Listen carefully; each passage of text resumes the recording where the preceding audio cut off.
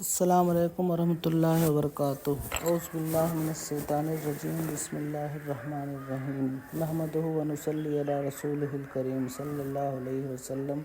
اما بعد۔ آج کا جو ہمارا موضوع ہے وہ یہ ہے شوہر کے حقوق۔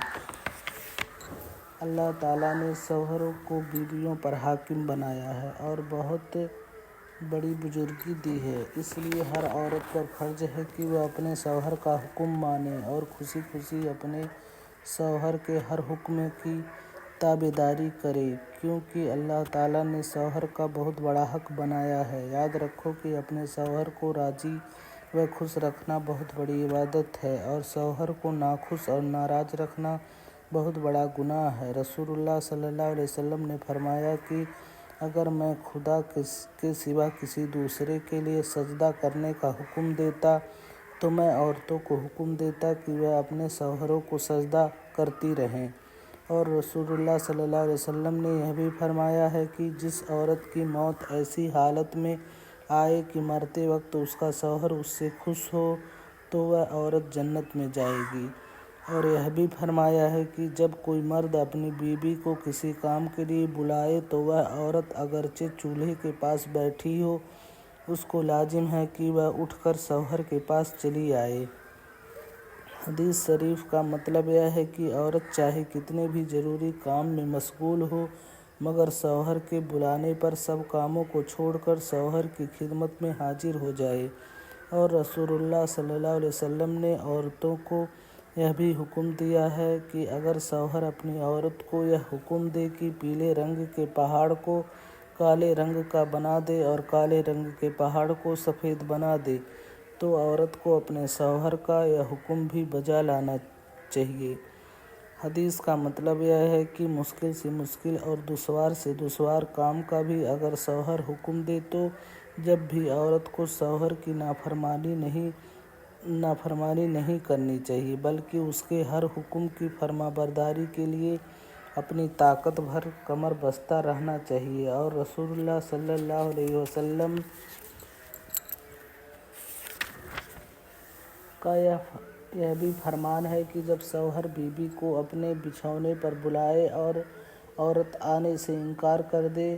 اور اس کا شوہر اس بات سے ناراض ہو کر سو رہے تو رات بھر خدا کے فرشتے اس عورت پر لعنت کرتے رہتے ہیں۔ پیاری بہنوں، ان عادتوں سے سبق ملتا ہے کہ شوہر کا بہت بڑا حق اور ہر عورت پر اپنے شوہر کا حق ادا کرنا فرض ہے۔ شوہر کے حقوق بہت زیادہ ہیں، ان میں سے چند حقوق بہت زیادہ قابل لحاظ ہیں۔ پہلا، عورت بغیر اپنے شوہر کی اجازت کے گھر سے باہر کہیں نہ جائے، نہ اپنے رشتہ داروں کے گھر نہ کسی دوسرے کے گھر۔ دوسرا، شوہر کی غیر موجودگی میں عورت پر فرض ہے کہ شوہر کے مکان اور مال و سامان کی حفاظت کرے اور بغیر شوہر کی اجازت کے کسی کو بھی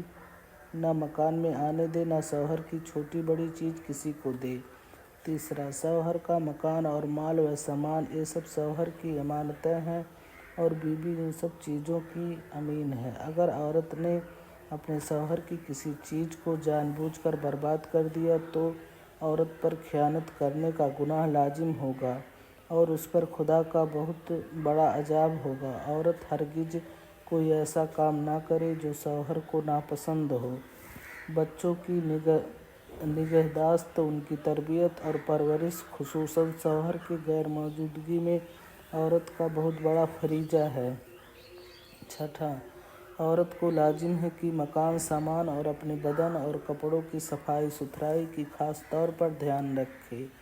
پھوہڑ، میلی کچیلی نہ بنی رہے بلکہ بناؤ سنگار سے رہا کرے تاکہ شوہر اس کو دیکھ کر خوش ہو جائے۔ حدیث شریف میں ہے کہ بہترین عورت وہ ہے کہ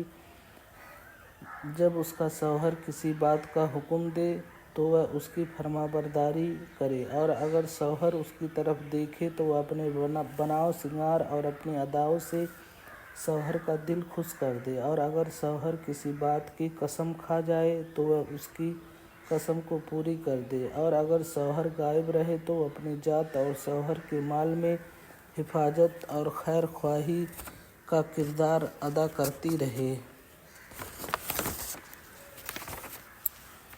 آج میں نے جو کچھ بھی سنایا ہے اس میں کوئی غلطی ہوئی ہو یا کوئی لرزش ہوئی ہو تو اللہ تعالیٰ ہمیں معاف فرمائے۔